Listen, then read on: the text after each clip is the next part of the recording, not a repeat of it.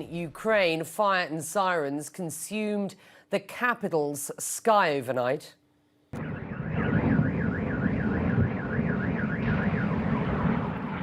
Debris rained down during a massive attack on Kyiv of a magnitude not seen in months. That's from a city military official. He says 2 people were killed after several groups of drones approached from multiple directions. Meantime, Russia was also hit. It saw the biggest drone attack on its territory since its full-scale invasion of Ukraine began last year. Drones struck various areas around the country and 4 military planes were damaged at an airport in western Russia. We are, of course, following all of this on the ground for you. CNN's Melissa Bell is live in Zaporizhia. From your perspective, what are the key takeaways as we report this news? Melissa.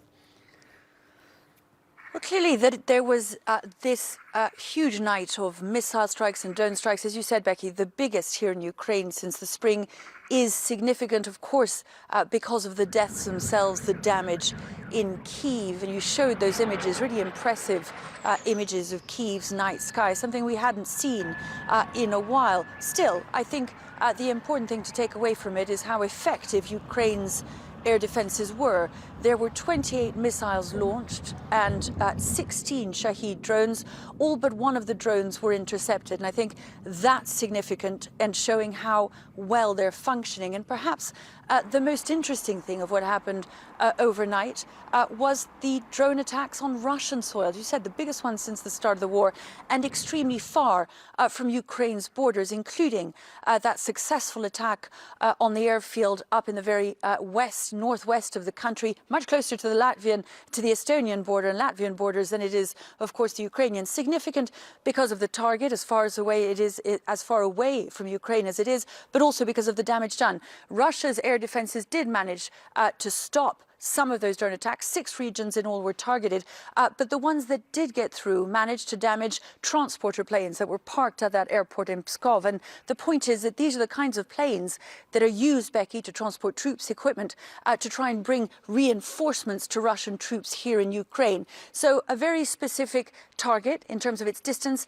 and in terms of the nature of what was struck. And this goes to the heart of Ukraine's strategy. Kyiv doesn't comment on these individual drone attacks on Russian soil, but it has in the past alluded to its strategy and did so again today through the voice of a presidential advisor who spoke of the fact that the war was moving to Russian soil. It's about bringing it to the Russian people as it's been brought to the Ukrainian, but also, of course, about trying to target key infrastructure in Russia that might be helped as part of Russia's attempts to push back Ukraine's counteroffensive. And I think it's significant that these drone attacks, some of them managed to get through successfully, and a blow to Moscow, let's be clear. In fact, what we've heard from Russia's foreign ministry is that these attacks will not go unpunished. This will have rattled Moscow. Some of the drones that were intercepted were heading to Moscow. Again, Becky, this is an important part of Kyiv's strategy, and it's interesting that it is doing it as successfully as it seems to be doing it for now, Becky.